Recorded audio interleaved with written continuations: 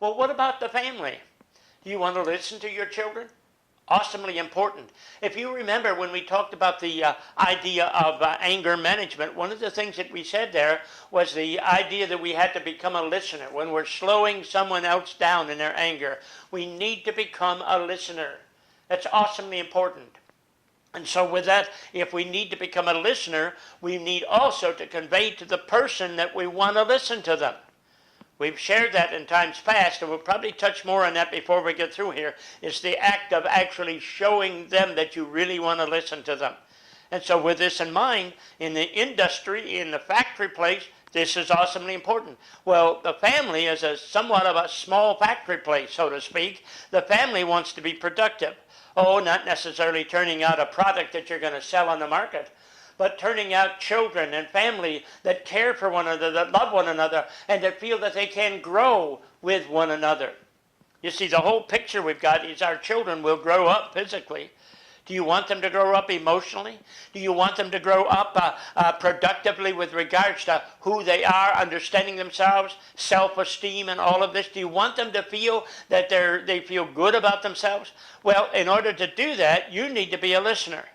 You need to learn to listen to what they got to say. Yes, there's room for advice, but I get frustrated with this concept that, well, you do it because I told you to do it. We need to help them understand why we're asking them to do things, why the instructions go a certain way. And so in understanding, they not only know how to do it, but they know why. They know what the value of it is. So with that, it's awesomely important to understand how to communicate. And this tool of conflict resolution we're going to share with you in a moment is a tool that helps you communicate with the subject of conflict, okay? So what then is a conflict? I guess we could say it for us as individuals. A conflict would be something that I don't agree with maybe at first stage, or something that is a problem for me to accept. Might even be emotionally, mentally. I just got a mindset or whatever, and I need to hear another viewpoint. That's going to be the concept of this resolution part. You see, sometimes my mind is made up and I don't want to be confused with the facts. How many times have we heard that one? Okay, but the bottom line of it all is, yes, we've gone this one direction and we don't want to be bothered with the facts because I don't like change. Change is a number one stressor in our society. It's a number one stressor to the human being. We don't like to make change. Basically, I think it's because we don't know if we're in control. You see, if we got low self-esteem, that's another huge problem. When we talked about self-esteem before, we talked about the idea of the person with low self-esteem wants to control things. Why? Because he doesn't like change. And without the change, again, we've got the picture we're going to do the same thing the way we've always done it. And if it means that we've got to sacrifice progress, we've got to sacrifice growth, we've got to sacrifice the self-esteem of someone who wants to express themselves, but we don't want to hear it. In all of these cases, what we've got is a picture that hinders growth. Conflict brings change, change brings growth. We must be willing to make those changes. And as we've noted in the past, the idea of good self-esteem says, okay, I feel good about myself, we're going to change this, and if I have to, I can adjust to it. It's so important to believe in yourself, to believe in your family. So important to believe in your people that you're working with, so that you can listen objectively to what they've got to say, what they're telling you with regards to their feelings, their opinions, their ideas, and somehow adapt to, adjust to, so that you can bring about the flow of a resolution for the conflict. And there is the healing process, there is the growth. That resolution that says, okay, well, let's try it this way. Well, I like your idea, we're going to do it this way. Maybe I don't even understand your idea. Well, let's try it.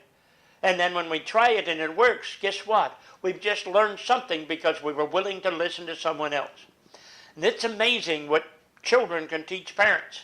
And it's amazing also how much more effective it is when parents teach children with the idea of accepting their thoughts, with the idea of treating them as equals.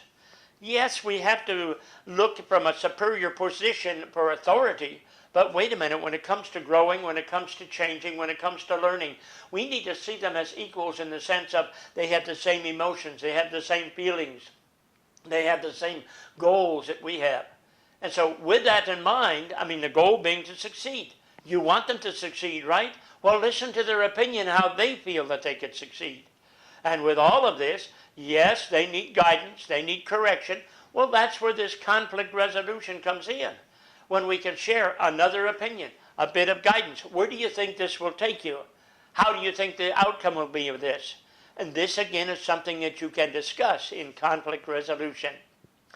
Okay, so with that in mind then, I want to go to the board behind me, and we've got the word conflict put here, okay? The word conflict. Now, each one, we put it this way in an acrostic type, because in each case, we're going to make that letter stand for something. And right now is where I need you to have that piece of paper. So I hope you've got one out. And what we're going to do is take each one of these letters here and have a thought behind it, okay? So C stands for cause. Okay, we've got a conflict, but what caused the conflict? Let me use an example. Buying a new car can be a conflict, okay? I mean, you're talking a commitment of 5 years of payments, or you're talking about the quality of the car and trying to decide which car do I want, and it, again, what makes this person happy? Well, let me share with you a advertisement that I saw, and I thought it was so good when I saw it, because I was thinking of this when I saw it. What they were doing was designing a minivan or SUV type thing, and what they did is they gathered the family together, and even the family dog.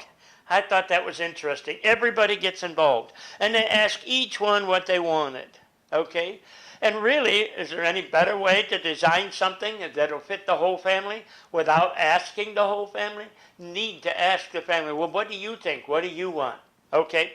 So anyway, with this, we want to figure out, the first thing is the cause. Well, we got to get a new car. What's the cause? The other one is worn out.